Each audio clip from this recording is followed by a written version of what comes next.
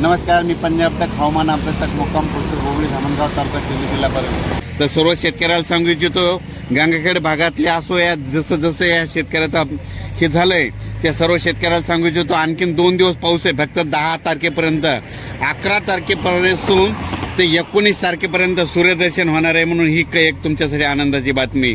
तर परत राज्याचा परिस्थिती बघितली तर राज्यामध्ये जवळपास आता सांगायचं झालं तर 19 तारखेपर्यंत म्हणजे हवामान कोरडं राहणार आहे, सूर्यदर्शन होणार आहे. म्हणून शेतकऱ्यांनी हा अंदाज लक्षात घ्यायचा. जशी वेळ भेटेल तसं तुम्ही तुमची खतं घेतं टाकून घ्यावे. आणि परत सांगतो की हा पाऊस फक्त नाशिक, इगतपुरी, धुळे, जळगाव, त्याच्यानंतर जळगाव जामोद, त्याच्यानंतर बुलढाणा, अमरावती, अकोला, अकोट, चांदूरबाजार आणि नागपूर या पट्ट्यामध्ये मात्र थोडा पाऊस चालू राहणार आहे. म्हणून हा अंदाज लक्षात घ्यायचा.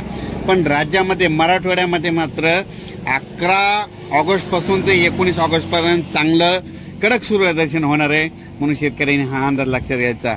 त्याच्यानंतर सर्व शेतकऱ्याला सांगू इच्छितो, त्याच्यानंतर सूर्यदर्शन पश्चिम महाराष्ट्रात देखील होणार आहे, मराठवाड्यात देखील होणार आहे.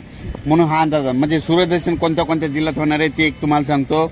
नांदेड जिल्ह्यात होणार आहे, यवतमाळ जिल्ह्यात होणार आहे, परभणी जिल्ह्यात होणार आहे, हिंगोली जिल्ह्यात होणार आहे, लातूरमध्ये होणार आहे, त्याच्यानंतर सोलापूर, उस्मानाबाद, सातारा, सांगली, कोल्हापूर, त्याच्यानंतर नगर जिल्हा, त्याच्यानंतर बीड जिल्हा, संभाजीनगर या सर्व भागामध्ये सूर्यदर्शन होणार आहे.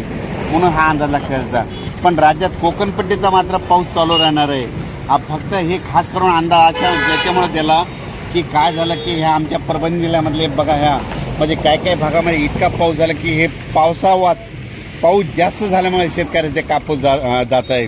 म्हणून हे खास करून अंदाज देत आहे.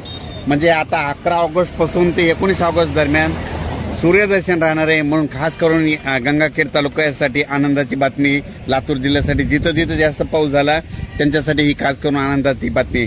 अचानक वातावरणात बदल झाला तर लगेच एक मेसेज दिला जाईल.